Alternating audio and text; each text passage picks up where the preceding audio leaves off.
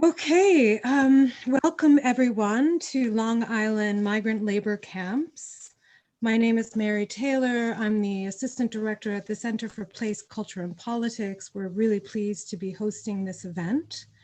I will not take much time to introduce the CPCP, but I will put in the chat ways in which you can find out more about us, sign up for our newsletter, visit our website.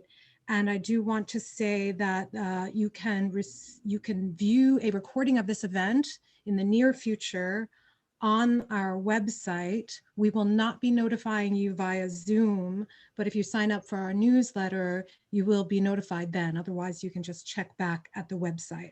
So I'll post some things in the chat that will make it easier for you to follow through with those things.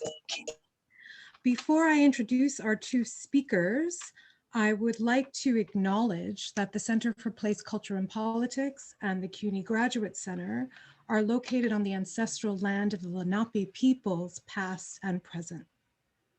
So what we're going to do today is that Mark Torres is going to speak for about 45 minutes. And then Professor Garcia-Colon will say a few comments, and then we'll moderate a question and answer period after that. So I'd like to introduce them in full now before I turn things over to Mark Torres.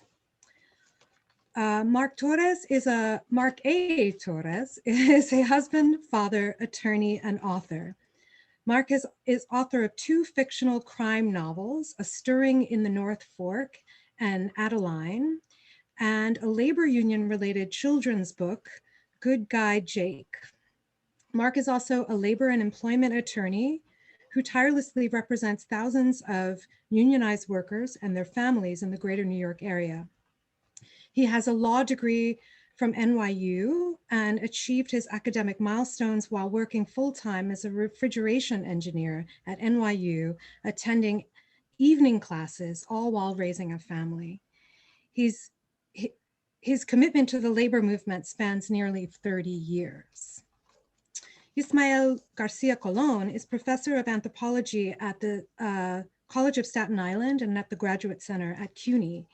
He is a historical and political anthropologist with interest in political economy, oral history, migration, Gramsci's concept of hegemony, farm labor, race and citizenship, US empire, and US ethnic and racial identities.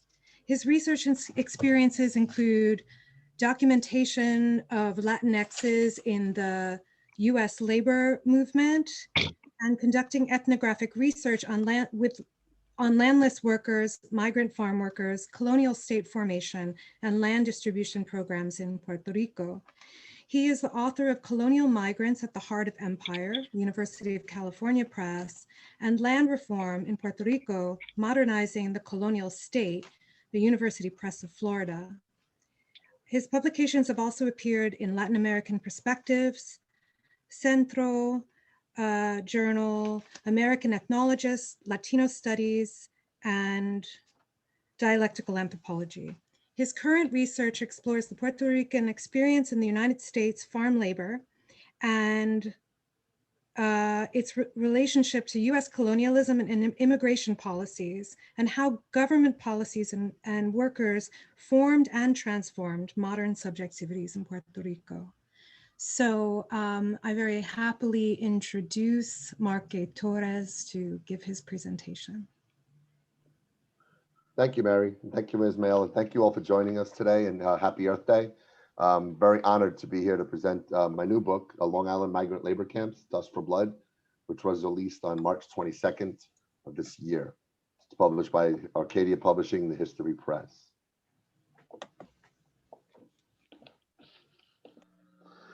The purpose of this book and the presentation are to identify the labor camps in Suffolk County during the 20th century, to discuss the impacts on the inhabitants of these camps and the surrounding communities, to introduce outspoken critics of the system, and to explain the factors that led to the ultimate decline of the camps. Imagine, if you will, doing research on a topic that's never been written about, and you'll soon see the scope and size and breadth of this topic. It was certainly a powerful endeavor. There are no primary sources to date, but for this book on this topic.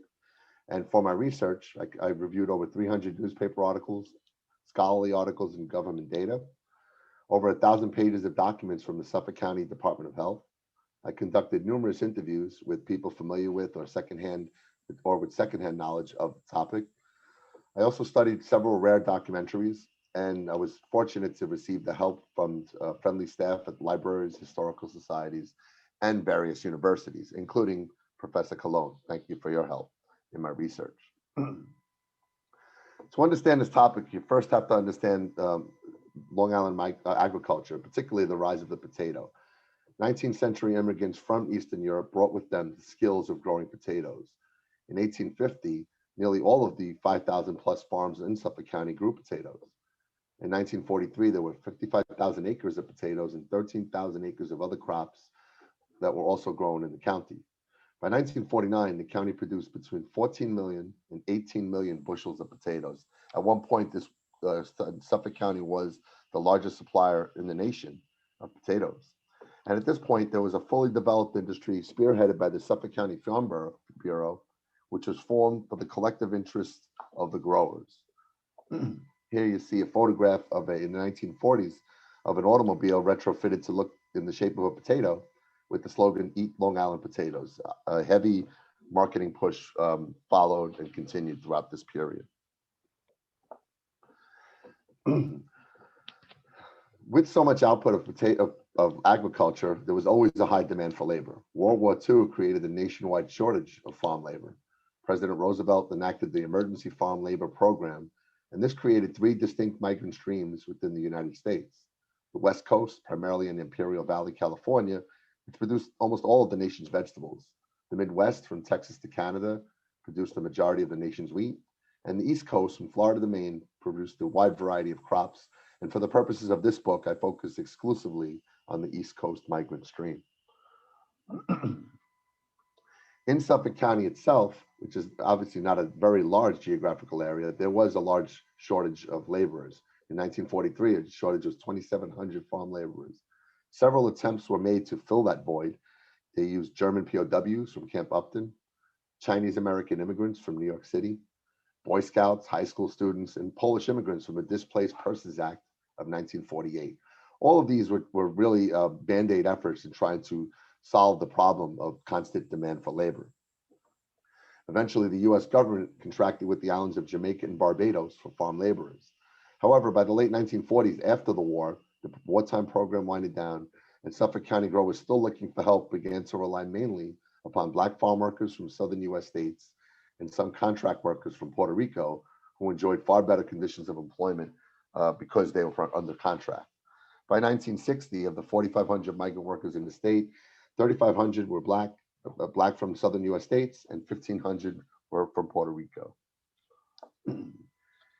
Here you see some photographs of workers out in the field. Today, those familiar with the area are probably familiar with the vineyards and the large swaths of beautiful land. Before that, a lot of them, well, most of them were potato farms. And here are some workers out in the field. You notice the bending, crawling, they call this stoop labor. It's quite rigorous, bending, crawling to retrieve the crops out in the unrelenting weather elements.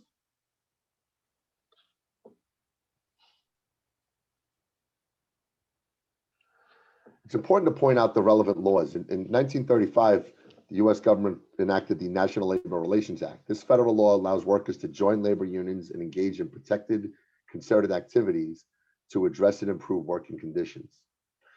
Sadly, agricultural workers were and still are specifically excluded from this federal labor law. This left workers without labor protections and extremely vulnerable. One attorney noted, they took the most vulnerable part of the American labor force and threw them out of the lifeboat. Additionally, because most of these workers were from out of state, they had limited or no voting rights to affect any change in their working conditions. With thousands of laborers entering the state each harvest season, New York State had to devise a plan to accommodate these workers. New York State adopted a plan to allow several upstate counties and Suffolk County to begin using mobile labor camps. In 1946, the Migrant Registration Law was enacted. This required all employers, crew leaders, and contractors to register with the Department of Labor. In 1954 and 1958, Governors Dewey and Harriman signed sweeping new laws to regulate all labor camps. Everything from light, air, climate control, everything was controlled under these regulations. And initially, local zoning was also required, and there was always that opposition to many small towns who resisted having migrant workers from other states and locations coming to their town, in many occasions due to racial animus. However, eventually that waned with the understanding that work had to get done, and there was no other few other alternatives to have anyone but these workers come in. In 1943, 4 government-sponsored labor camps opened up. The first in Peconic, New York, and followed by one in Greenport, Kings Park, and Port Jefferson. By 1951, that number jumped to 28 registered labor camps. And then just 7 years later, the number ballooned to 134 labor camps registered. There were likely many other camps unregistered, but for the purposes of pure data, 134 registered camps existed, and this was by far the peak period. You noticed a slight dip by 1960, and then each successive decade, the camps continued to decline for reasons I will explain. So what is a labor camp? Simply, it's a physical structure used to house migrant laborers. The larger camps used army barracks, small cabin-style units, but there were many other types of structures used of varying size and sophistication to house workers. In most cases, they included shacks, rundown buildings, private homes, barns, trailers, abandoned structures, and in one case in Greenport, a historic mansion was used as a labor camp. The conditions of the camps can best be described from poor to terrible. They always took on a prison-like atmosphere. Since I've written the book, I've received some feedback from people more keenly intimate with the subjects. And generally, my research found, although the camps took on a prison-like atmosphere, workers were not necessarily restrained from coming and going. However, as the book points out, there are many ways to enslave or restrict a person's movements, and these conditions certainly lent to them. The camps were always isolated, unsanitary, poorly maintained, and hazardous. They were dangerous without security. Many of the workers slept in what was called a bullpen-style sleeping quarter, and this was really a large room with many bunk beds lined up and no separation or partition. It was just an open area.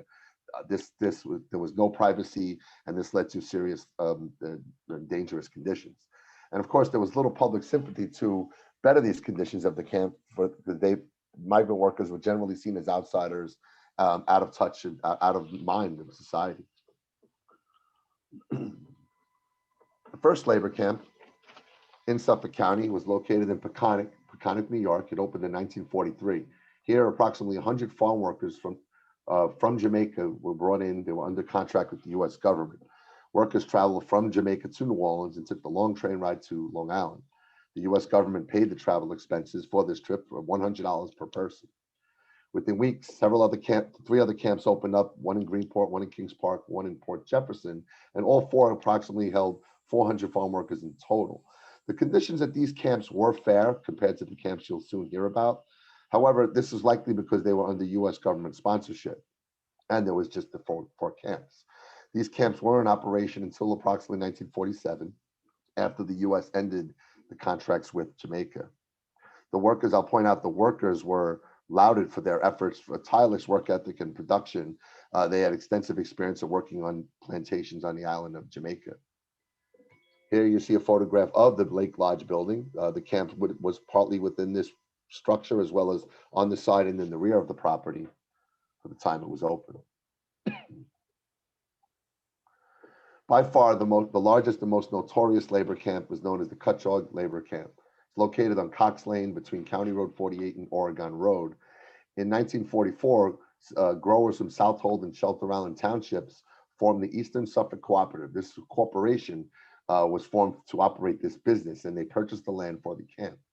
They constructed army barracks, again, many with bullpen sleeping quarters, cabin-style units with military platform tents. This camp was noted to be among the largest in New York State, with the capacity to hold up to 300 workers. It's the only known camp to have a school for migrant children. Helen Prince was the teacher, a notable historian and educator in the town of Southold.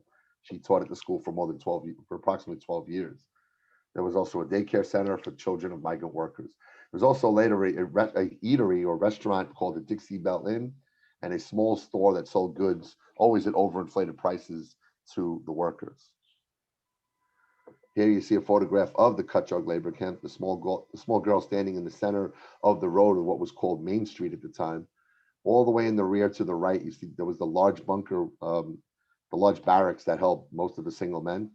To the right and left, you see the cabins with platform tents over them. These generally accommodated the family groups that stayed at the camp. Here is a promotional advertisement from the Eastern Suffolk Cooperative touting the camp, and one newspaper early on noted that it was the model labor camp in New York State. This will soon take a darker turn and realize how it couldn't be further from the truth. Here you see a photograph of Helen Prince in the first classroom at the Cutchogue labor camp. This was nothing more than a room. Outside of the front door, there was a leaking sewage pipe that left foul odors. The conditions were obviously not optimal for educational experience. Miss Prince always lobbied and fought for better accommodations. And sadly, the trustees of the cooperative would just tell her, you don't have to teach them anything, you just have to keep order. And it was that kind of indifference that's indicative throughout the history of this and most of the camps in this history. Here you see a photograph inside one of the cabins. You notice the double bunk beds, the dirty bedding, the debris strewn throughout the floor. Here's another one. You'll see the double bunk beds on both sides. So this cabin would have held at least four workers or 4 people. And again, notice the walls, no fireproofing, extremely hazardous. And over the years, this camp really deteriorated. It was featured in the 1960 Harvest of Shame, hosted by Edward R. Murrow from CBS News, and later in a documentary entitled What Harvest for the Reaper in 1968. That documentary really took a deep dive, not only into the conditions at the camp, but the economic exploitation, which was really the only source that I could have relied upon to uncover this history. There were always numerous hazards. Bathroom facilities were always limited in poor condition. In one season, there was one working bathroom for 38 men. It gives you an indication of the stress and the really deteriorating conditions over the years. And sure enough, in 1961, a fire broke out at within the camp. 4 workers were killed. Leroy McCoy and Charles Jordan were found dead in their sleeping quarters. A man named James Davis was found inside after he reportedly re-entered the smoky building to retrieve a pair of new shoes that he bought. Sadly, he was overcome with the smoke and he perished. And a man named James Overstreet was pulled out alive, but he succumbed to his injuries at a nearby hospital. The cause of this fire was that the 4 workers snuck in a kerosene stove because they could not afford the 75-cent cost for the meals. Truly a tragic circumstance. Over the years, the camp continued to worsen. In 1970, they temporarily lost their permit. They regained it. And then by 1983, the land was sold. And 1 year later, the Eastern Suffolk Cooperative dissolved, almost 40 years to the date of the operations began. At the same time, the Eastern Suffolk Cooperative also ran the Greenport labor camp. This was located at the former Richard Conklin mansion built in 1862 in Greenport. It's the previous site of the Kerwin Golf Course and the Soundview Stock Farm, which raised racehorses, including Raris, a champion thoroughbred horse at the time. Edward H. King, a prominent grower from Orient, purchased the land and leased it to the Eastern Suffolk Cooperative to run the camp. One notable instance here, in 1947, a group of about 200 Mexican workers walked off the job to protest the wages that they were earning, which was 60 cents at the time. There was a hearing at a nearby school. The workers had no representation. They had a one-day hearing, and the agricultural board ruled that the workers were paid correctly, and they were sent back to work, which they did the next day. This camp ran for approximately for several more years until 1966, when it was closed.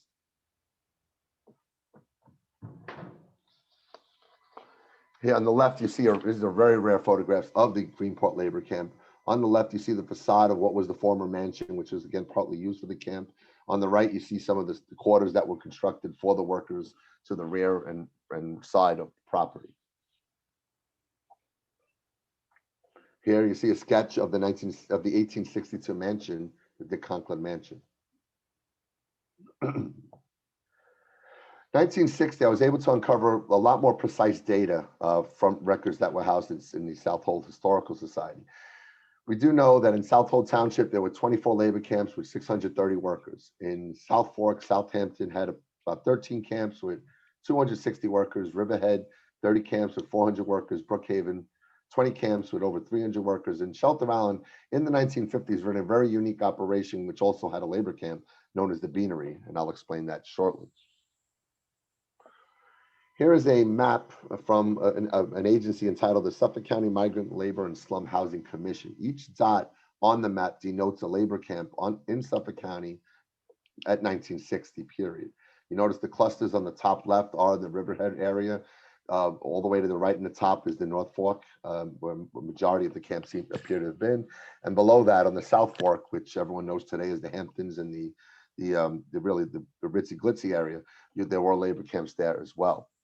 In 1960, some of the prominent camps in the North Fork were known as the King Farms and the Latham Farms, the Agway Labor Camp in Mattatuck, I M Young Labor Camp in Cutchogue, the Bowling Camp in Greenport, and also on Fisher's Island, which you cannot see on this map. Fisher's Island is across the Long Island Sound, and it's actually closer to Connecticut. However, it is part of New York State and part of Southold Township, so it does register as a labor camp within Suffolk County, or within Southold. One point to note on the labor camps on the North Fork, there are many generational growers who still operate today. Tom Wickham and the Wickham family have been operating for well over 300 years, and they had a very unique relationship. They obviously prized quality over quantity, so they generally used less workers and even constructed housing on their own farms for the migrant workers. And over years, they developed a very favorable relationship. And really, it was a better atmosphere for migrant workers to have been. But by far, this was in the minority compared to the larger camps that were purely profit driven. Also in 1960, Southampton had 13 camps with 260 workers. One notorious camp was known as the Jacobs Labor Camp in Bridgehampton. This camp was actually a rundown home. It was cited many times by authorities for its poor conditions. The owner, Mr. Jacobs, just continued to operate his business as usual until 1968. A fire tore through the home and it killed 3 workers, including a woman named Myrtle Lee Grant, who was epileptic and mute and sadly died in terrible conditions. Mr. Jacobs faced charges for that fire. However, he died from complications of a recent surgery and the case was dropped. There were many other camps within the South Fork, as well as Western Suffolk County and Brookhaven. In the book, towards the latter part of the book, there is an index of labor camps, which I was able to name well over 100 camps. In some cases, many of them just nothing more than the name, location, and general street area or address. I mentioned earlier the research of sending an information request to the Suffolk County Department of Health. When I received those records, it was sad to see that most of those records, including really records from 1980 forward. So there was much of the records were destroyed and lost for years prior to 1980, which is truly tragic because we know any history loss is a loss to all of us. But nevertheless, I was able to uncover the information and relay that into the book. Here you see a labor camp in Riverhead, approximately 1970. You'll notice they always take on a rundown appearance. It appears to be an outhouse there in the middle of the screen, that small structure, as well as here, another camp in Riverhead. And Riverhead generally had clusters of camps close together, walking distance, not far apart. Some of those included the H. Saxon Sons Camp, the I M Young Camp, Myron Nelson Camp, the Fargo Camp, which was a Laurel Lane, and the Zaylor Camp. In the 1950s, Shelter Island, which is between the two forks, they operated what was known as the Beanery. This plant flash froze lima beans and cauliflower and sold them to large companies like Libby's and Birdseye. They used migrant workers primarily from Alabama and the Carolinas, approximately 15 or 20 workers. They also had women who lived on the island working at the plant, but by far not working on the heavy machinery you see here, which is always quite dangerous and a concern. This plant had a diesel engine known as Big Bertha. It was a very sophisticated piece of equipment at the time, large. Patrolling the camp or the beanery itself, the local policeman named Peter Hannaberry, if there was ever any trouble with any of the workers, they would simply escort them onto a ferry with the one-way ticket, told not to return. This camp existed probably for about 7 years. It was ravaged by back-to-back hurricanes in 1 year and a pestilence that eventually led to its closure. In 1960, there were two labor camps on Shelter Island, but sadly there are no records could be found further than that. And this camp here, about a mile away, there is an old barn on a Menantic Road on Shelter Island. It's still there, and that structure was used to house the migrant workers. It was approximately a mile away from where this plant was, and this plant is now it's a vacant lot right next door to the Shelter Island Historical Society. If anyone knows the area, that vacant lot was where this plant was at the time. Above all else, this book is a human story. I discussed earlier the migrant workers. They initially were from Jamaica and Barbados, as well as Mexico and Puerto Rico, and it almost shifted entirely to Black workers from the U.S. South. Now, early feedback I was receiving, or people questioning, were these workers from another country who crossed the border illegally? A lot of that really terrible vitriol we hear today. All of the workers referenced in this story were U.S. citizens or foreign-born citizens that came on a U.S. work visa. So those who did try to make that connection to today's immigration climate is incorrect. So, and really says a lot to the treatment of these workers, as you'll learn as we continue on.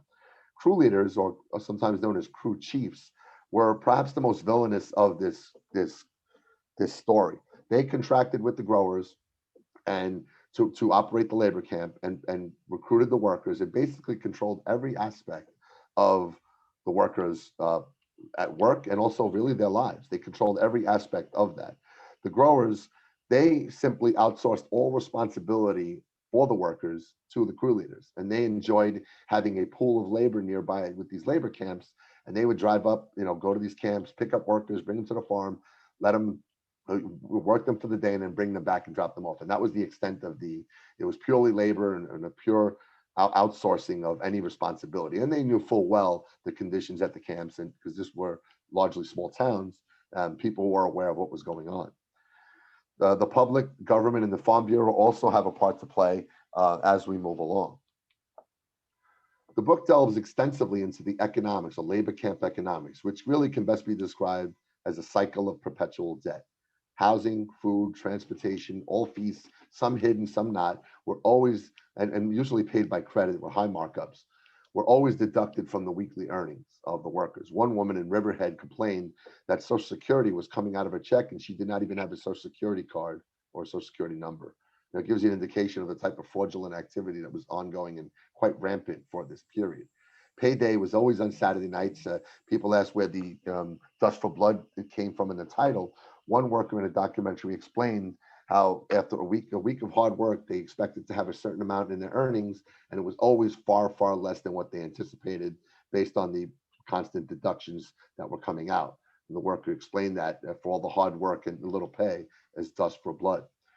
Many of the crew leaders, when they recruited, they sought out workers who were prone to alcoholism. And in many cases, they used wine to control the workforce. If workers were complaining or upset, they would more than often just give them a bottle of wine. Of course, they would charge them for it and then say, sleep it off. We'll talk about it another day or so. This would further the vicious cycle of dependency for these workers and further could ensure control by the crew leaders. One of the large problems during this period and most periods in this era was that there was no pay during work stoppages. So if a worker earning $1.35 an hour for an 8-hour day were entitled to be paid $10.80. However, if he was working at a processing plant and there was a machine failure that lasted 4 hours, that worker would stay there for 8 hours, be paid for 4, would in essence cut his daily pay in half. And all along, the worker would still incur the daily debt of staying at the camps. Of course, when the weather was poor and there was no work to be had, the workers would still have to pay the daily debt and again receive no income. Workers who complained faced retaliation, which included no work or worse. In one case, a crew leader in Cutchogue labor camp was very upset because 4 workers complained they weren't feeling well one particular day. Now, when the workers worked in the field, the crew leader would receive money from the growers for each worker that worked. Now, he was very upset that these workers weren't working. He thought they were faking it. He was very upset. So he cut the fuel line to the heat to the cabin. Within 3 weeks, 3 of those 4 workers died from pneumonia. It was that kind of retaliation that was rampant. Theft, violence, manipulation, and exploitation were all sad but common parts to the story. Now, recruitment is really where the exploitation begins. One of the documentaries we study, Andrew Anderson from the Cutchogue labor camp, a very sophisticated man who lived in Arkansas, and he would again contract with the Cutchogue labor camp owners and say, I'll get you the work, and they arrange the contractual arrangement. He would go then to impoverished areas of his home state or others, in this case Arkansas, knowing at the time the Arkansas minimum wage was $1 an hour. Long Island at the time was $1.35. So he explained, look, we're from the same state. I'll bring you there. We'll bring you back. You'll be paid. You'll have a restaurant. You'll have all the amenities of a great labor camp. Everything's great. Of course, the minute those workers stepped on the bus, they were already indebted to him for the ride to Long Island and the ride back in $15 each way. So immediately these workers are $30 in debt, which is a tremendous amount when they're only earning just barely above $1 per hour. When he gets to the camp, they understand. They quickly realize that the living conditions are not what he promised. The conditions and also the restaurant. He mentioned a restaurant that he had. He owned and operated that restaurant, the Dixie Bell Inn. So he would get all the money from when they paid for food and drink, and always again at high markups. He would earn that value. Again, false promises were part and parcel with this story, and in some cases, workers would taken by force, or a term known as Shanghai. Carl Beeman, a notorious crew leader from Cutchogue, he would drive around his notorious red bus. He would go beyond just the southern states. He would go to inner cities. He would go look for homeless shelters, transients, bars. People were drunk in the street. They would just pick them up, put them in a van, bring them back to Long Island. Unsuspecting men and women would wake up saying, "Where am I?" And they're forced to work. Alfonso Mahone in 1968 was a 15-year-old boy from Georgia. And he was picked up by a crew leader, brought back to Long Island. He worked in 2 camps in Bridgehampton on the South Fork for approximately 2 weeks. He hurt his hand. He was denied treatment. He was then evicted from the camp.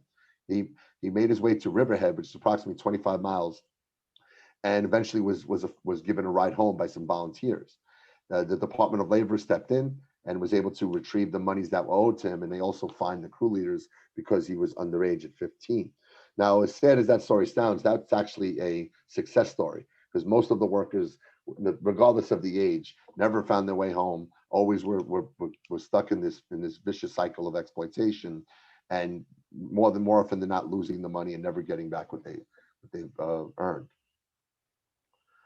Again, all costs and deductions were always taken out from the workers' checks, and it's important to point out, I mentioned Carl Beeman earlier, just to understand the kind of viciousness of some of these individuals. He was reported to have beaten his workers with a skillet or a stick. At one point, he locked a worker named Frank Singleton, who had a mental disability.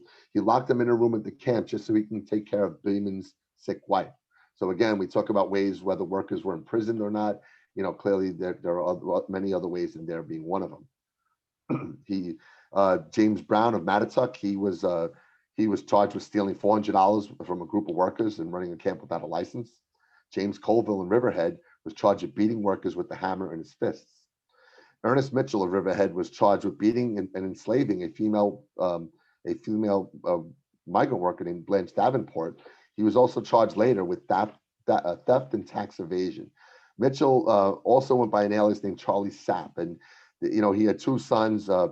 And he was a very large man, 400 pounds, very imposing and threatening. And he had a big German Shepherd dog named Duke that he always had with him. And he, more than several occasions, would sick the dogs onto the workers, forcing them to work, or just spreading fear and terror to them. And at one point, he was alleged to have held a female sex slave in the Cutchogue camp. That gives you an idea of the ruthlessness of some of these crew leaders. The book delves into the psychological effects of the migrant workers on Long Island. Again, we spoke of isolation and boredom. The camps were located miles from the nearest town, typically. There was little recreation, broken jukeboxes, hardly ever any telephones. Because they were seen as outsiders, there was little desire for the public to help. And towards the later years, majority of the workers came alone, so they had little family support to lean up and rely upon. They were always prone to theft and bullying and violence, harassment and sexual violence as well. Newsday reporter Les Payne spent 1 week cover at a Riverhead labor camp, and he spoke extensively on the alcohol abuse at the camp, and he described it as wine as the lifeblood of the migrant worker. What people underestimate, including myself when I first delved into this book, is the health and safety factors of farm working. Nationally at the time, and similar times now, there's a low life expectancy, high infant mortality rate. It's dangerous and hard work. I mentioned stoop labor. Workers are always susceptible to weather-related maladies and hazardous travel. Pesticide-related illnesses were always prevalent. There were never any surveys done on Long Island, primarily because the farms weren't large enough to qualify for a survey. But the symptoms were there for should suggest that there was widespread pesticide-related illnesses, and these were eras prior to the banning of DDT. So these workers were directly exposed to these poisons. Infectious diseases like tuberculosis and sexually transmitted diseases were also there. And one large problem was there was always little access to adequate health care, and this led to suffering and death. In 1956, Arthur Drew from Mattituck was found dead alongside of the road from pneumonia. 1965, Willie Jeff Lawrence from Mattituck, he died after suffering a fractured skull after being attacked 1 week earlier by another worker. In 1969, James Biddle from Riverhead, he was found dead of a liver condition the day after he went to the hospital. The hospital would not admit him. He was sent back to the camp. That night he died. And in 1971, Pedro Fuentes, also in Riverhead, who was an epileptic, suffered from a seizure, and his frozen body was found behind the tree. He perished after having a seizure in the fields traveling between two camps. All of these incidents could have been prevented. The deaths could have been prevented if there was adequate health care, and sadly there wasn't. Travel dangers are always a concern. Workers not only traveling from the south to Long Island, but also between camps on Long Island. The book covers many cases of sad incidents and mass casualties that workers suffered during the trip on the migrant stream. I mentioned earlier with the stoop labor, the bending, crawling, very taxing on the body, and also working on the equipment. Prior to 1965, New York State these workers did not qualify for Workmans Compensation. So if they were to suffer, and they often did, loss of a limb, a finger, toe, they would have to sue in court. And without assistance, they never really had that ability.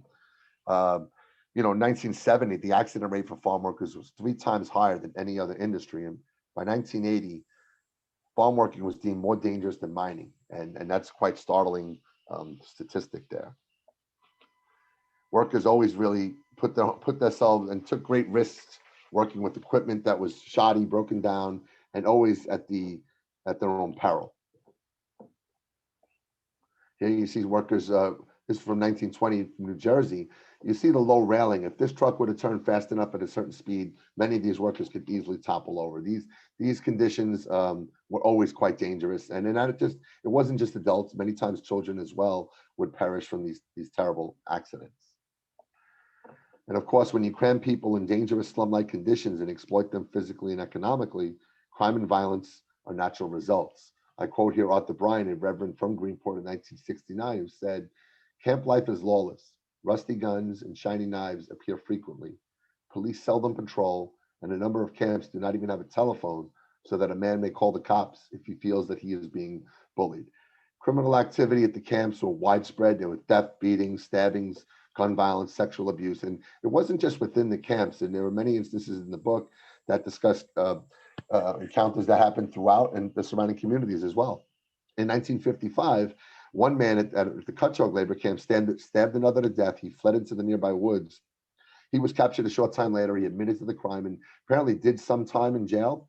He later got out of prison and became the blues artist known as Son House. Notable incident from this person, his activities prior to him becoming a musical artist. I mentioned the Saturday nights were paid. There always seemed to be again frustrations, alcohol mix. There was always kind of trouble at the camps. I had the good fortune to travel the area with a former Riverhead police chief from Riverhead. he explained that back then they didn't have cell phones, they had call boxes, but if you couldn't find a call box and you ran into trouble, you had two options: either talk your way out of trouble or fight your way out of trouble. And it's quite an alarming quote from a police chief of Riverhead at the time. And the effects of all of this had a terrible effect on the economy, the community, and of course the first responders who had to deal with these incidents of trouble. Riverhead is quite important in the book and its history. It's the largest eastern municipal city. In 1960, Riverhead and Southold had combined 60% of the labor camps and 70% of the total migrant workers. So Riverhead was the place many of the workers, when they settled, would settle. At the same time, in the mid-1960s, the duck industry was winding down largely because of environmental concerns. The Hollis Warner Duck Farm, one of the largest in the nation, Mr. Warner, what he did as the industry was winding down, he converted the properties that he had, that he housed the ducks in, and made them into rentable space for migrant workers. At one time, there were well over 500 people living on his farm in these terrible conditions. Also, at the same time, Riverhead had no housing code, so it did not prevent what Mr. Warner had done, as well as other poverty-stricken areas that were really constructed, sometimes known as the bottoms. Anyone at the time, because there was no housing code, can put up a structure, call it a house, and live there. Sadly, many of them led to crime, suffering, and death. And again, this all had a high impact on the economy and the first responders. And just by way of the statistics, in 1960, 1,000 migrant workers settled in Riverhead. Just 10 years later, that number went up to 1,600, which is quite large given an area that's not that large geographically. Here you see an abandoned structure, which a shack at one of the areas in Riverhead known as the Bottoms at the time. Here you see what was known as a duck brooder building. It's B-R-O-O-D-E-R. This building was used, and here's a photo inside, was used to house the hatchling ducks that were born. This was taken from the Tuttle duck farm in Senator Riches in the 1920s. However, Hollis Warner and all the duck farm owners had structures like this. And here you can see what Mr. Warner would have done. He would partition these little breaks where you see the columns and make them and rent them to migrant workers. Terrible conditions, no running water, foul odors, insect rodent problems, really terrible conditions. And just if anyone's curious on where this was geographically, today is known as Indian Island State Park, and there's a golf course nearby. It was probably well over 500 acres that he had at the time, massive amount of land, and these people were left impoverished and kind of isolated at this location. And of course, and I'll quote Ruth Shire from the Suffolk County News, when you crowd people in unsuitable quarters with inadequate facilities, tragedy is bound to strike, and it did.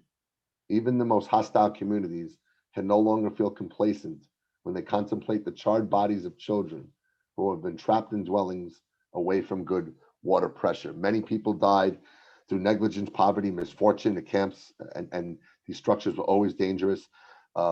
Operators and owners cut corners. Those in poverty took chances that led to their deaths, and many misfortunes and many forgotten souls. And I can recall one of the first instances in Bridgehampton, 2 babies burned to death. The family was living in a chicken coop in Bridgehampton.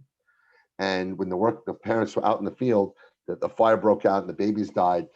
In Bridgehampton, that led to the creation of the Bridgehampton Child Care Center, which still exists today, doing great work for people in need in the area. And I took to great lengths to capture as many of these encounters and also name the people, the forgotten souls who died from this terrible stream. In January 1959, there were 8 deaths in 11 days. I think of Dilcia Trent, 22-year-old mother with 3 children, all under the age of 3, one of them an infant, on a bed in a cold January day in a rundown shack in Riverhead. She grabbed the match to light the kerosene heater. The wick of the match fell on the rug below, which was saturated with kerosene already. It started to go up in flames. She attempted to roll up the rug to take the rug out of the room. However, she inadvertently knocked down the kerosene heater, which is well over 80 pounds. She went to pick up or stand up the kerosene heater, and she got kerosene on her clothes. And within seconds, she became, in effect, a human torch. In agony, she ran out of the structure to roll around in the mud to douse the flames. Within seconds, the place was engulfed in flames. The 3 babies died. Miss Trent had burns 80% of her body, and then she died 1 week later. I mentioned earlier the Cutchogue labor camp, Overstreet, Davis, Jordan, and McCoy. They perished because they couldn't afford the 75-cent cost in meals, and they used a kerosene stove. They snuck in a kerosene stove. 1968, the Jacobs Labor Camp, Myrtle Lee Grant, and two others who died. Myrtle Lee Grant was mute and epileptic, and she died without being able to scream. In 1982, a man named Spanish McGee, a homeless man in Riverhead, he was well known to the community, even though he's homeless and he was a former migrant worker. He was known to walk around with a long black overcoat and had two dogs that he had as his only companions. He was well known in the area until one day, in a cold day in 1982, his homeless body, he was homeless and he was found dead in the doorway of a rundown shack. Kind of a sad ending that left, awaited many who left the migrant stream. The book does discuss, thankfully, some acts of advocacy, enforcement, and judicial, and there were many acts of outspoken critics who I deemed better angels who faced scorn, ridicule, and even death threats. Reverend Arthur Bryant from Greenport for more than a decade was a staunch advocate for migrant workers. He testified before Congress in 1969. He appeared in several TV radio shows, and for all of his efforts, he faced death threats for that. Mary Chase Stone, a very affluent woman from New England area, left the life of luxury and dedicated a life to helping migrant workers. She formed Long Island Volunteers, a nonprofit that was the first nonprofit to receive federal funding on Long Island, and it was just a great victory to get any money to help her programs. She also engaged in programs to help the migrant workers leave that work to find suitable other alternatives. They taught them construction, carpentry, just better options that they could have instead of just the farming conditions and working at the camp, from the camps. The clergy was always involved with Suffolk County Council of Churches. VISTA, the Volunteers in Service of America, was a federal program where interns would stay at some of these camps to kind of help out and learn ways that they can make improvements at the camps. CAST, the Community Action Group in Southold Township, and the Eastern Farm Workers Association were all active at the time.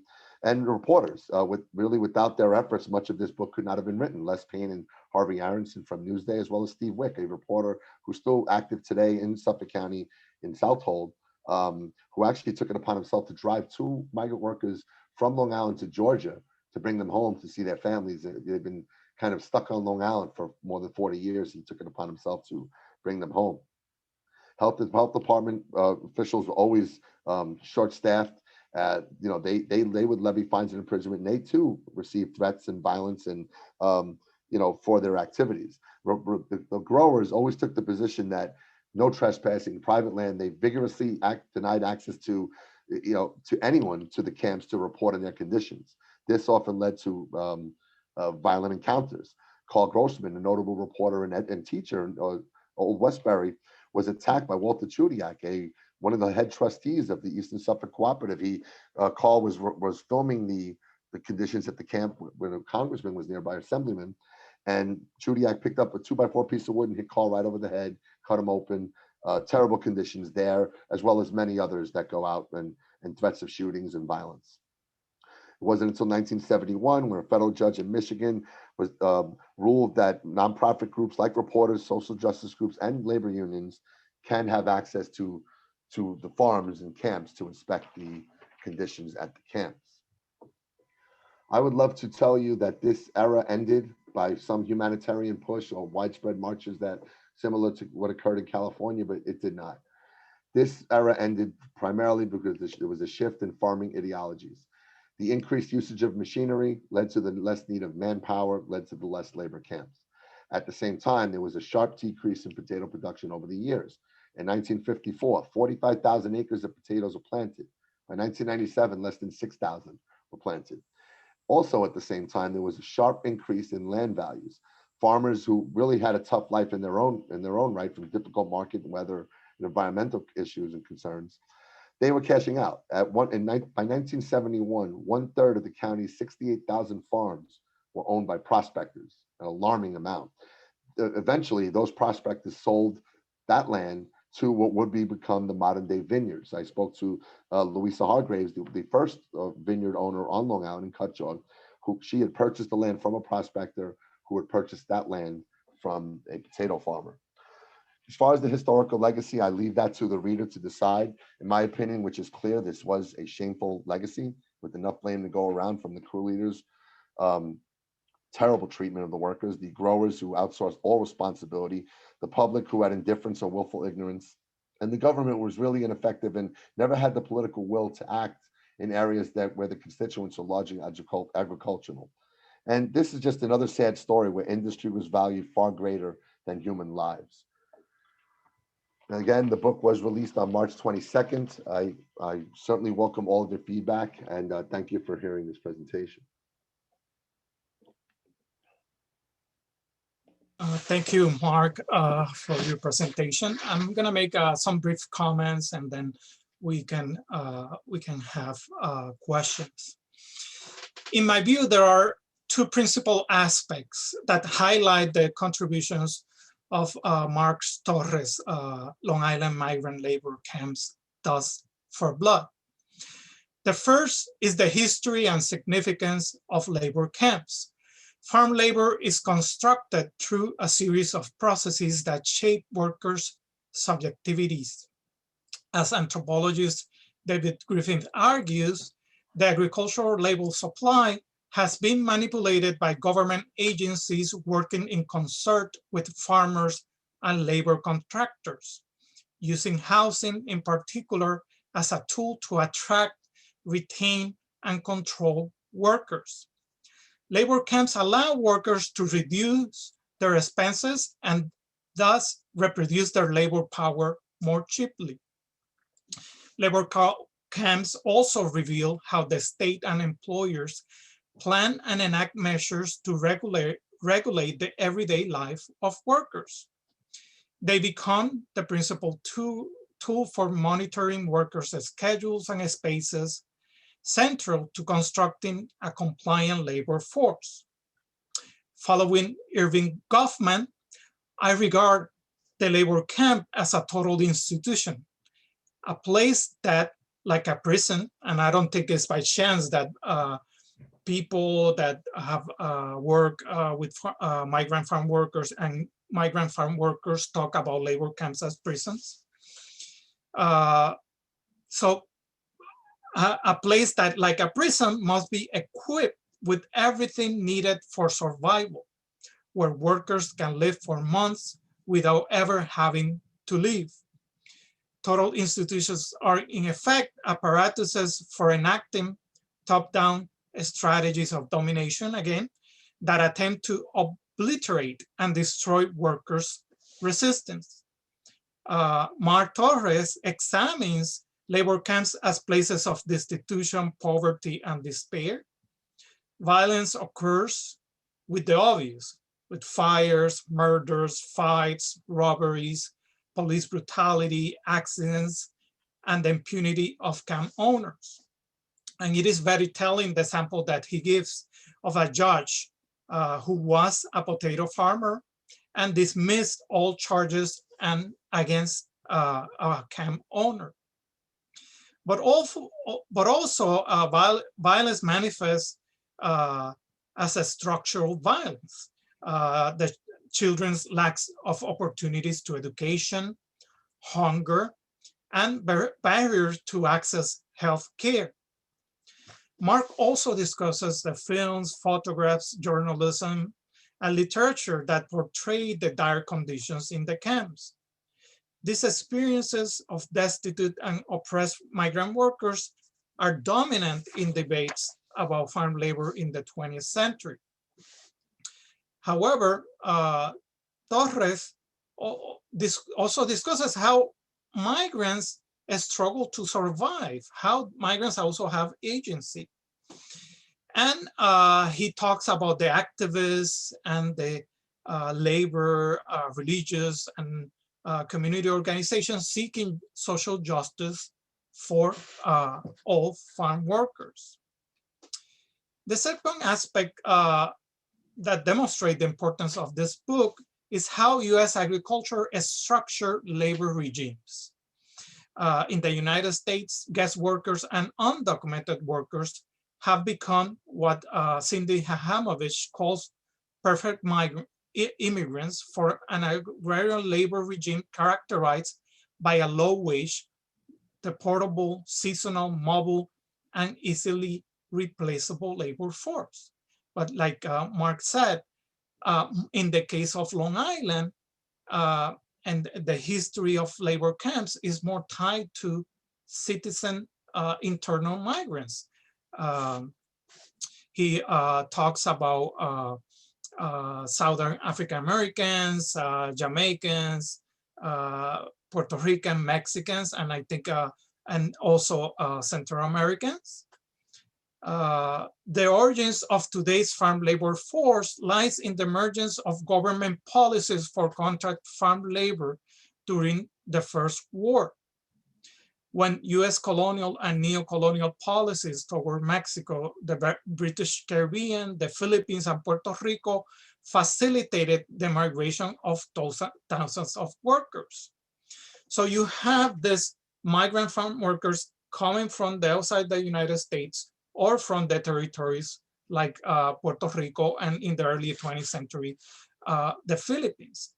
But also the Southern African Americans, and that were without the protections of a government or a contract. By the late 1930s, seasonal migration to farms was already an established trend in the United States. Seasonal farm workers arrived from urban areas or travel migratory routes from Florida and other states in the South, moving from New Jersey and arriving, moving to New Jersey and arriving in Long Island. The New Deal initiatives of the Wagner-Pacer Act, the Resettlement Administration, and the Farm Security Administration attempted to manage the flow of these seasonal migrants, and in fact increased the use of seasonal migrants in Northeast agriculture, and particularly the Farm Security Administration labor camps of the late 1930s and early 1940s. In the 1930s, state and federal agencies began to standardize and institutionalize labor camps. As Mark shows, state governments regulated the building of housing facilities and established health codes, and also granted operational licensing to labor camps. Reformism through state interventions in the labor market was a dominant topic in the United States and a force in the labor camps. By fostering the use of camps and linking them to associations, the federal government sought to modernize the supply of farm workers. And in the case of Long Island, we have the Cutchogue cooperative that established the largest labor camp that Mark was talking about. During the Second War, the Emergency Farm Labor Program housed contract Mexican, Bahamians, Jamaicans, Barbadians, and Canadians in camps. But initially, the program had housed Southern African Americans in the Northeast. And as Mark described, in Long Island, the number of camps increased in the 1940s, but began to decline in the 1960s. I think it was amazing for me in 2011 when I was conducting a survey of Puerto Rican farm workers in the Northeast, that we found a labor camp with Puerto Rican farm workers in Orient, New York, that is in Long Island, is in the North Fork, in the Latham farm that Mark mentioned. This is the farthest point from New York City in Long Island. And in that place, there were still migrant Puerto Rican farm workers that had initially Puerto Ricans arrived in the area in the late 1940s. So still in the 21st century, were migrating to these labor camps in Long Island. And I have some questions and observations. I'm going to mention the questions. Mark can respond to them, and then we're going to open the virtual floor to other questions. So the first question that I have is about the significance of the one-day strike of 1947 that Mexicans staged. If you can talk more about that. Also, you mentioned towards the end of your book about the rise of suburbanization in Long Island and how that led to the elimination of labor camps and farmland. I was wondering if you could expand on that. And the last question that I have is about the 2019 farm workers law that New York State issued, and how is this law relevant for farm workers in New York State, and how this is related to the national relation labor law of the 1930s. So if you can comment on this questions. Thank you, Ismael. Thank you for your comments. The 1947 strike, it seemingly, you can almost say, was that a footnote in the story. I'm a labor attorney. I represent thousands of unionized workers. And what I saw there and what I still see now was a job action in an extraordinary time with extraordinarily limited circumstances, where 200 workers, almost all the workers in the camp, walked off the job to protest wages. But at the same time, I saw the workers had no representation. There was a one-day hearing at a local high school or local school in Peconic. And it was quickly ruled by the Agricultural Board, the Farm Bureau, that the workers were paid correctly. Next day, they went back to work. So again, it's seemingly like an innocuous story, but it was such a remarkable showing of unity and strength from a group that's so impoverished and exploited that it takes on a special relevance to the story.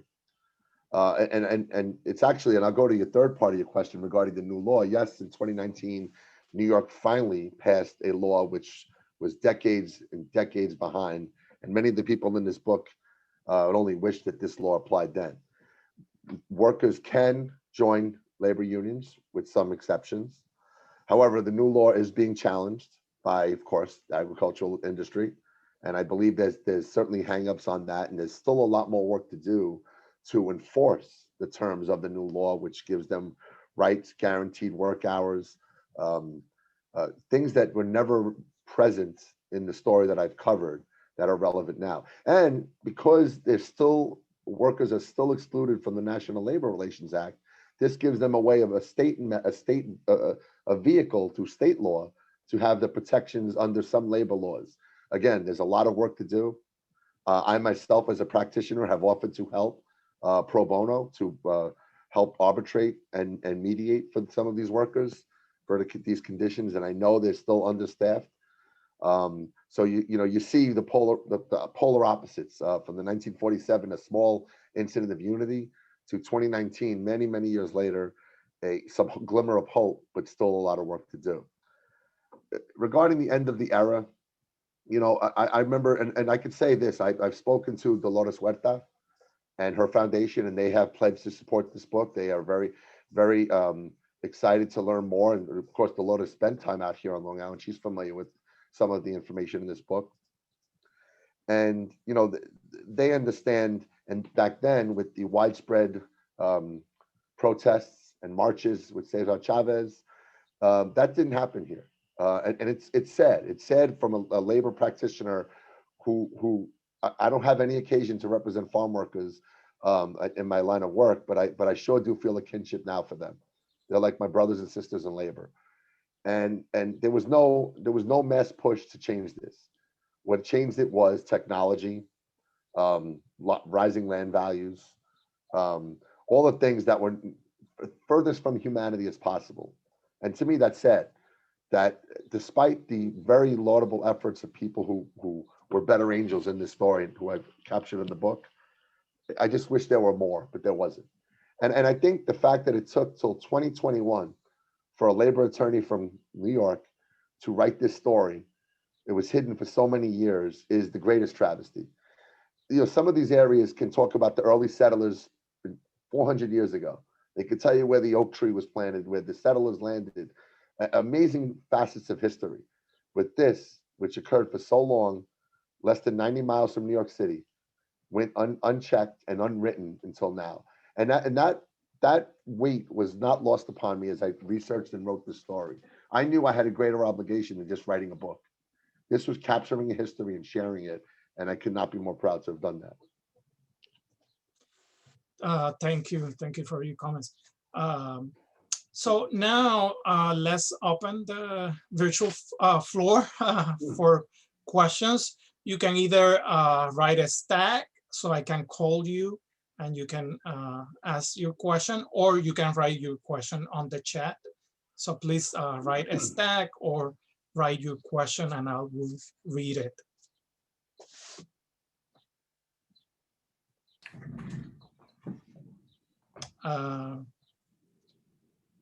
So let me first call Jeremy Gallin. Hi, thank you so much.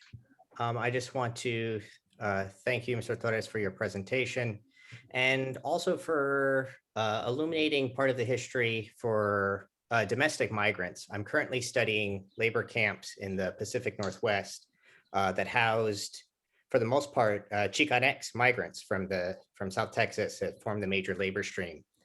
But I want to talk a little bit more and maybe get your opinion from a legal point of view about how we can describe these labor camps as places of confinement and their relation to prisons and their relation to the carceral state.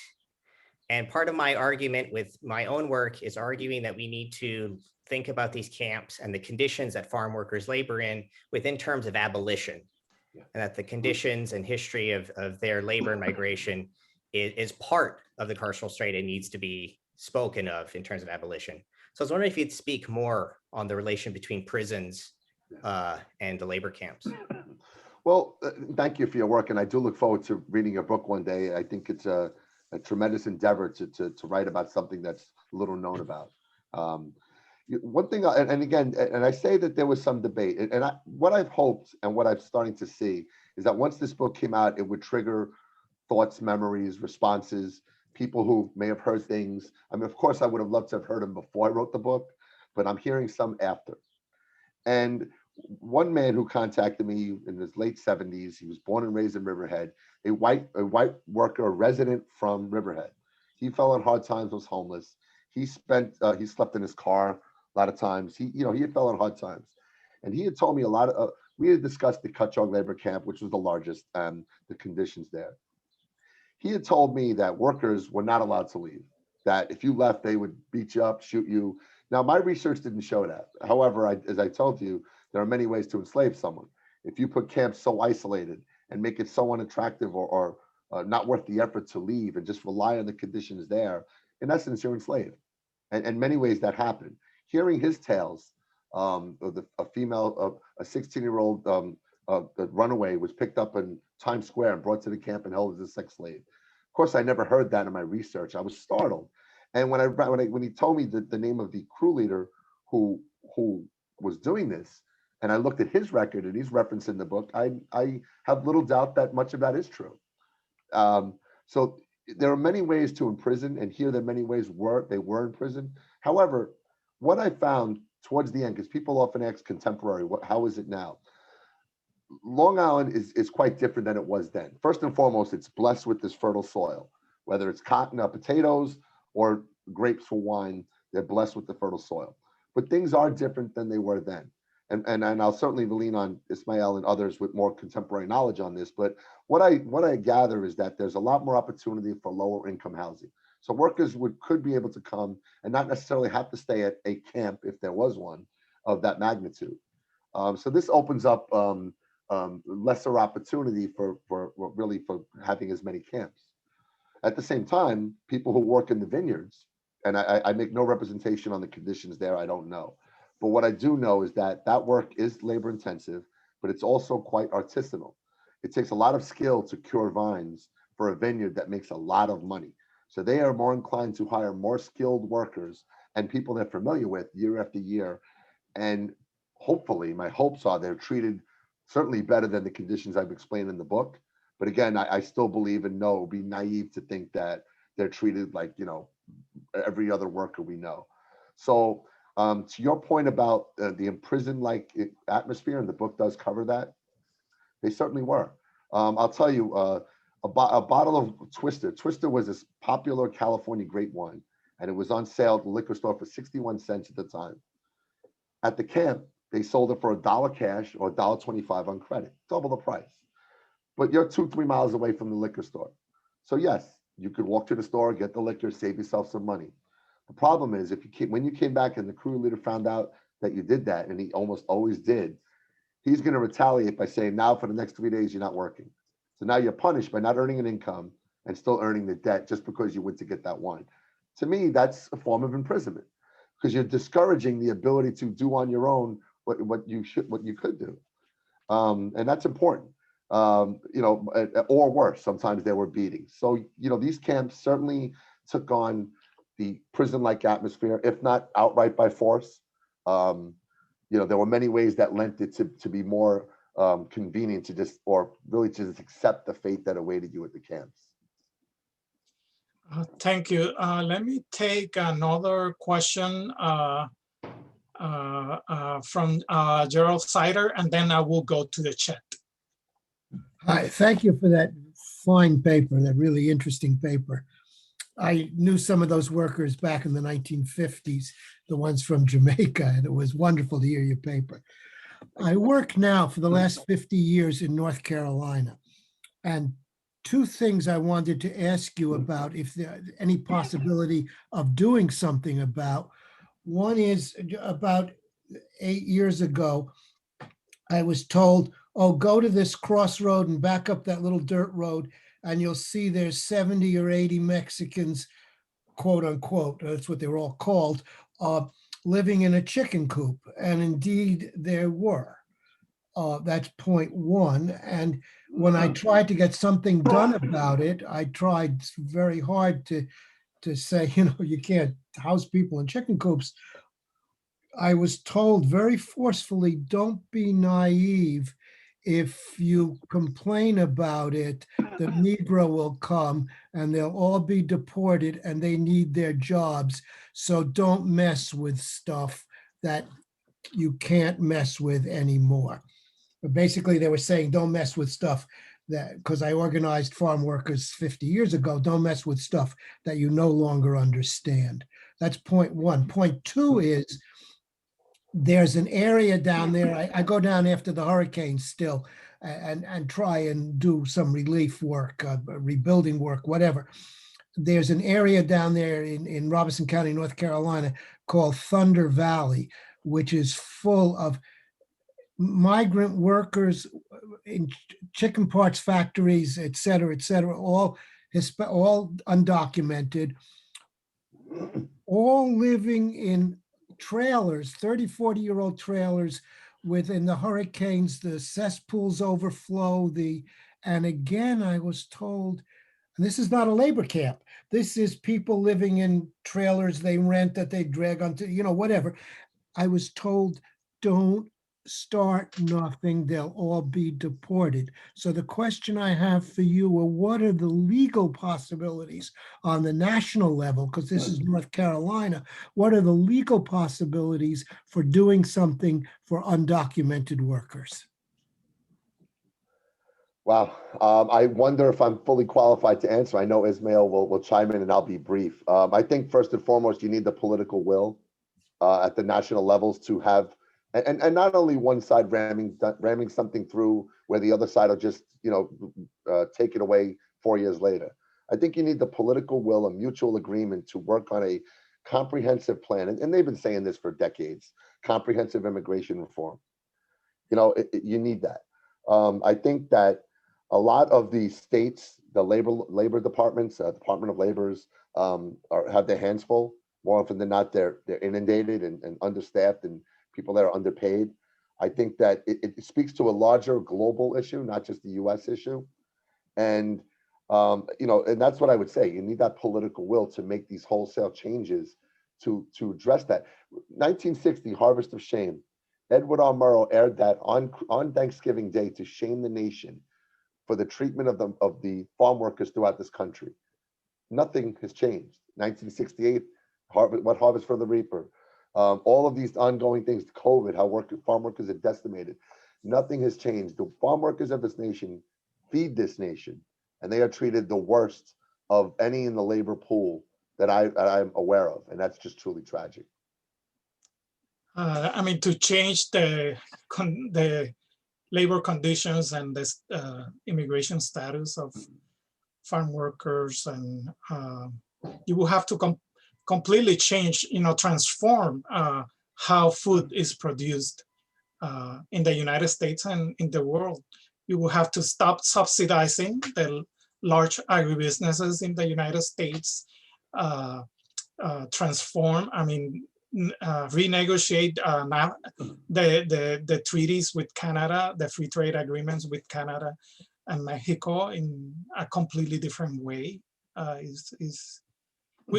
We can spend days talking about this, but we have other questions on the chat. Siham is asking, does labor law closely link to immigration law?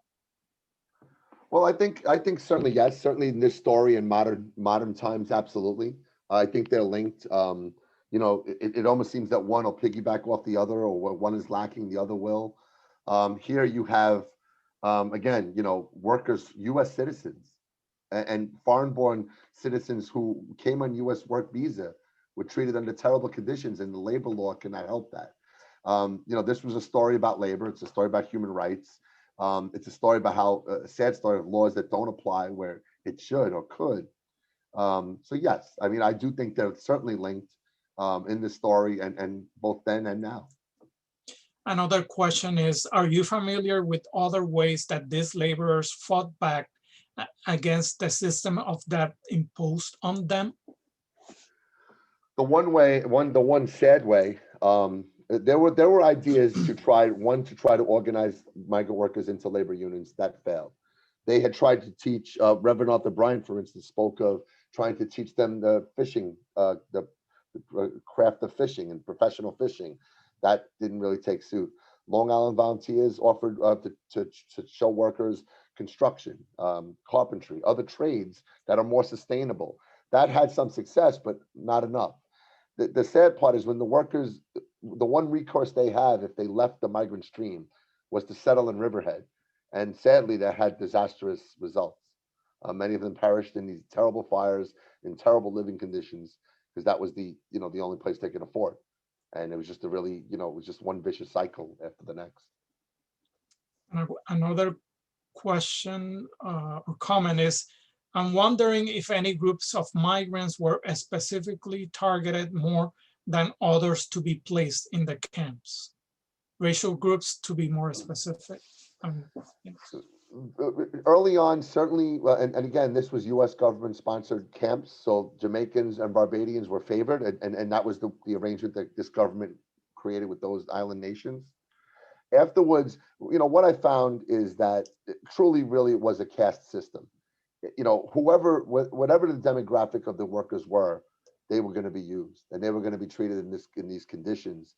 It just lent to it that it was predominantly African American towards the latter part, really through most of the part of this era, and again, all from U.S. states. I think of Puerto Rican contract workers had tremendous. In the book it covers Alan Pearl, who was a lawyer for the National Labor Relations Board and later a practitioner.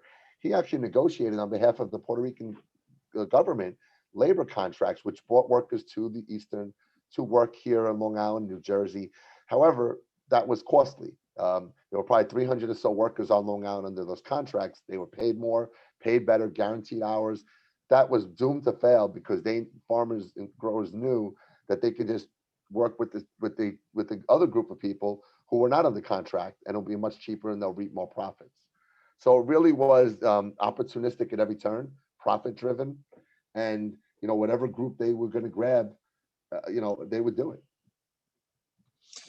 Robert is asking, you mentioned in the beginning that since the workers were from out of state, they had no voting rights to change their working conditions.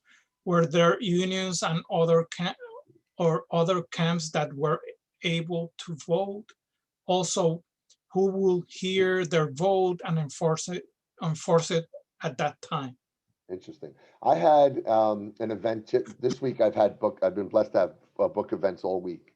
Last night, I spoke to a woman who grew up in the area. When she was very young, 19 or so, she was part of a nonprofit that was organizing voter drives at some of these camps. They went to one of these camps, and the farmers came out with shotguns and told them to leave. They were young, they were ambitious, but they were scared. You're facing shotguns from an enraged farmer saying, "Get off my land." 1966, there was a voter registration drive at the Hollis-Warner Duck Farm, trying to get those who at the time lived there to register to vote, not for who to vote, just register to vote and participate in the democratic process. There was trouble with that. So even when their voting rights were possible, there was always restrictions, and in many cases, force and coercion were in the way. Ibrahim is asking, how did some of these labor camps get away with leaving it so unlivable and unsanitary? Yeah, the whole system was rife with abuse. For instance, a crew leader could not be. Crew leaders had to register with the Department of Labor. If they had a felony conviction within 10 years, they could not be crew leaders. So you think, great, we'll weed out those who are the bad guys. All they would do is have their wife, their spouse, file the paperwork to be the crew leader. They would become a crew leader, and then the husband would simply take over. They would get around the system that way. There were many ways that they used to avoid. Early on, the inspections by the Department of Health were announced. So the farmers and growers and camp operators would simply clean up the camp, fix up anything that was terrible. The inspection would come, the inspector would leave, and then the camp would just fall back into disrepair. It was that cat and mouse game that everyone knew. And this is why it drew a lot of vitriol from the surprise inspections, because the farmers then were very, very upset, because then they were caught off guard and they were levied fines, and they would some cases denied permits, and that interfered with business. So how they were gaming the system whenever they could, and many times really didn't care for the system. I've explained some of the crew leaders who purposely didn't follow the rules and faced, in some cases, were incarcerated for it. But those are very few acts of justice that were found. We have two more questions, and then we're going to end. Do either of you want to comment on the work of the Coalition of Immokalee Workers? I'm sorry, I didn't get the question.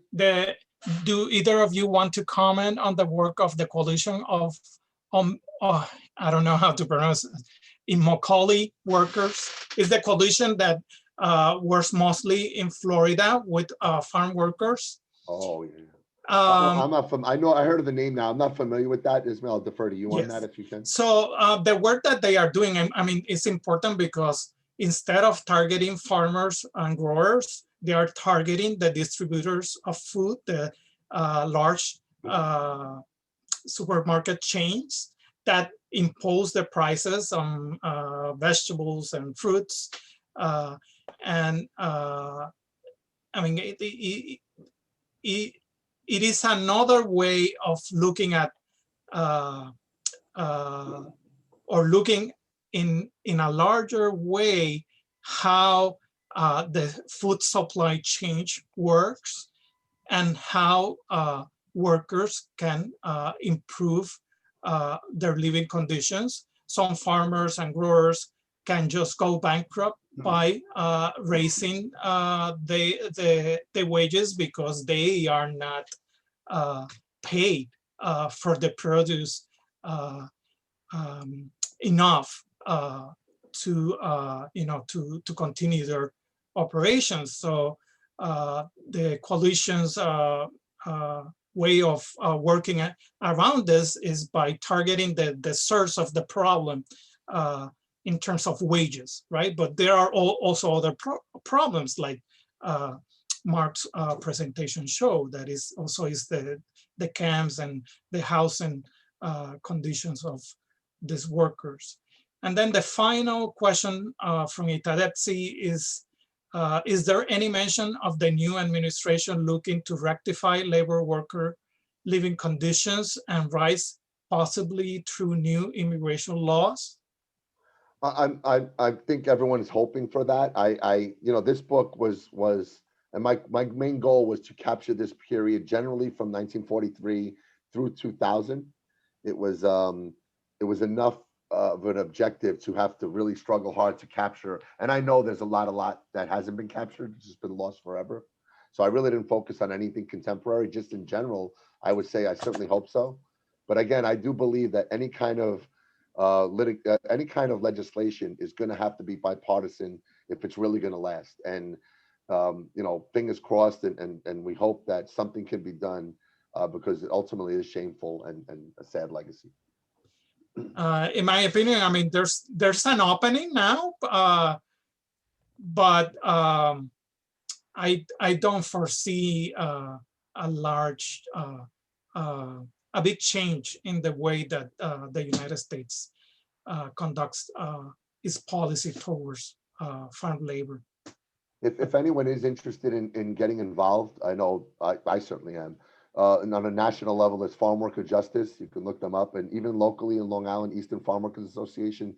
From both the widespread into a smaller group, there's ways to get involved, and really, again, my main objective here is to capture history, preserve it, and now share it. And I really stress to my educator friends to teach this that the new generation can know what happened here for as long as it did in such a vital area. And maybe that's for future works to be cited. So I'm honored to taking that. Thank you, Mark, and thank you, Mary, for hosting us today. Thank you, Mary. Thank you, Mark and Ismael. This was really, really great, very educational. I'm sure it's got everybody thinking about how to think the past with the present in really important ways. Thank you. Thanks, everyone, for coming. Thank you all. Have a great evening. Yeah, thank you. Take care. Bye.